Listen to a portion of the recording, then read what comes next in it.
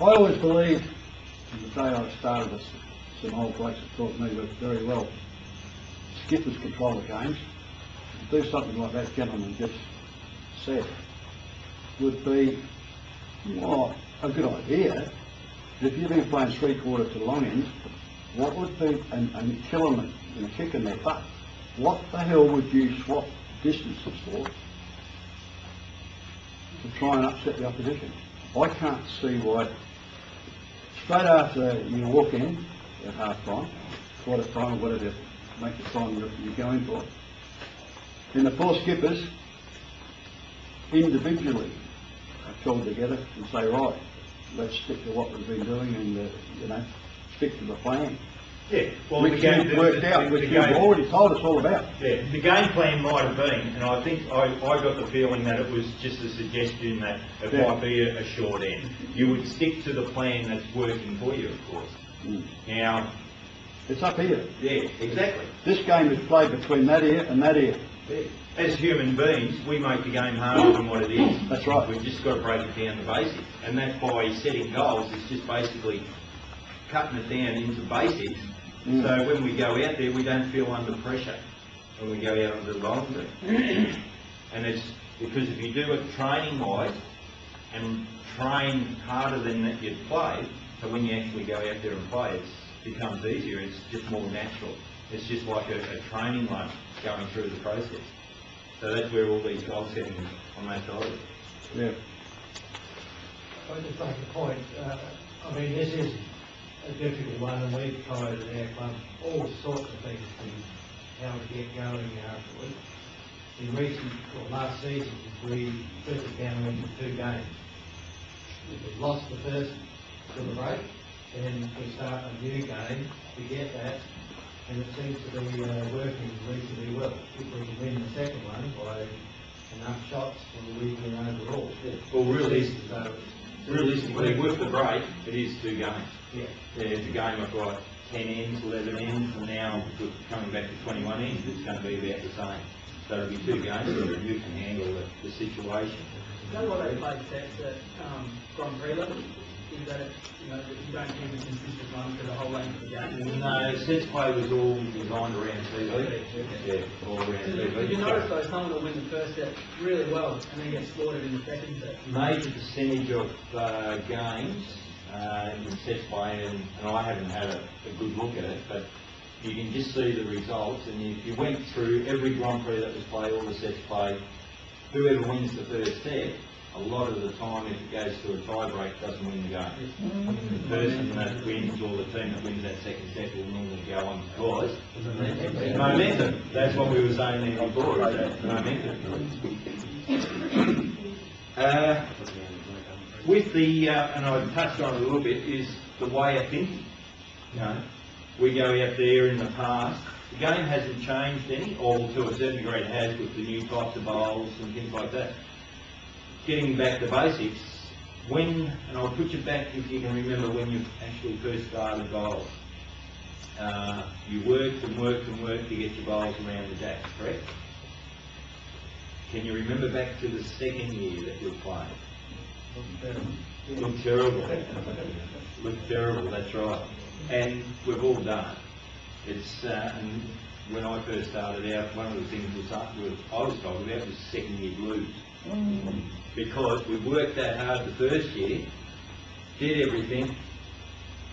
How easy is this game? It's really, really good. And all of a sudden you take it too easy, so you forget about all the things that you did the first year. All we're doing here with setting the goals and working and training is basically putting us back into that very first year when we started bowling. And with that, of course, you're going to have people, younger families, younger players coming through the process as well. Their commitment on the green may not be able to be fully like you want for the whole club. So that's where you need the players involved in there and know each individual as well, because there could be players there. Half your players might be able to do 3 nights a week. You might only have a quarter of what's left and do 1 night a week, and then the others can do 2 nights a week. So those ones they're only training 1 night a week if they can get an extra night, well and good, but if they can only get one night a week, their drills are going to be probably a little bit different, a bit more intense again, so you can get them to catch up to the others. Would you agree on that too? Yeah. So, as human beings, we've got to start working as programs for individuals as well, as coaches, in setting up goals. Another area that to look at is maybe goal setting is energy on the green.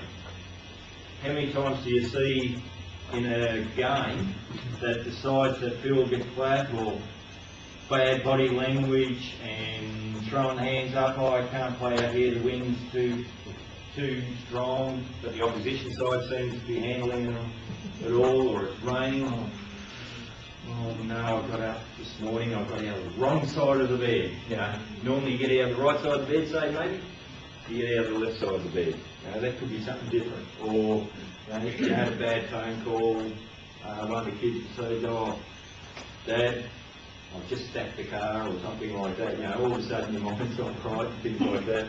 Cool. So then the side they've got the energy going right through, they're relieving pressure from their whole side. You know, they might be bowling as good, a couple of the guys here, but the energy around them takes that pressure away from them. They're not thinking about all these other things that's happening. But isn't that where you bring in your sports psychology?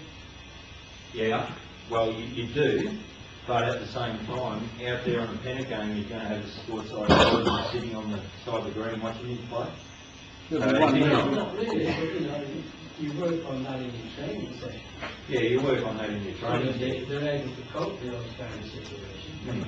Yeah, but out there on the green, when you see sides going through and winning and TV events, the energy that they have out on the green, just the presence out there, happy, go lucky, no good. But if you're under pressure and say, I'm not bowling well, what's happening? You sort of go within yourself, you go down.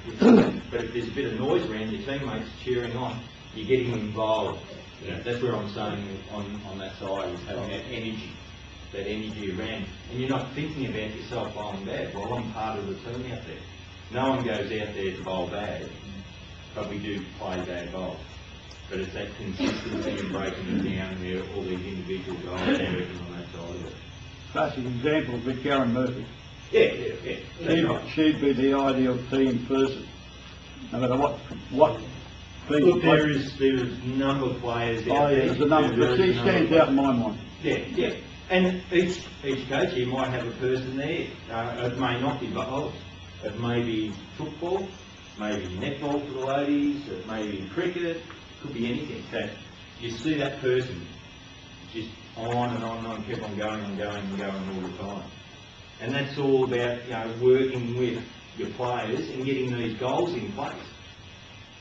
If something doesn't work as a goal, you may have to look at it with the players and say, well, can we just rejig it around a little bit to make it work as well. So you've got to be adaptable and be prepared to change. Other areas is reading heads, percentage shots. You know. Do we work with the skips and things like that to say, well, the shots that we play, are we leaving ourselves vulnerable in games?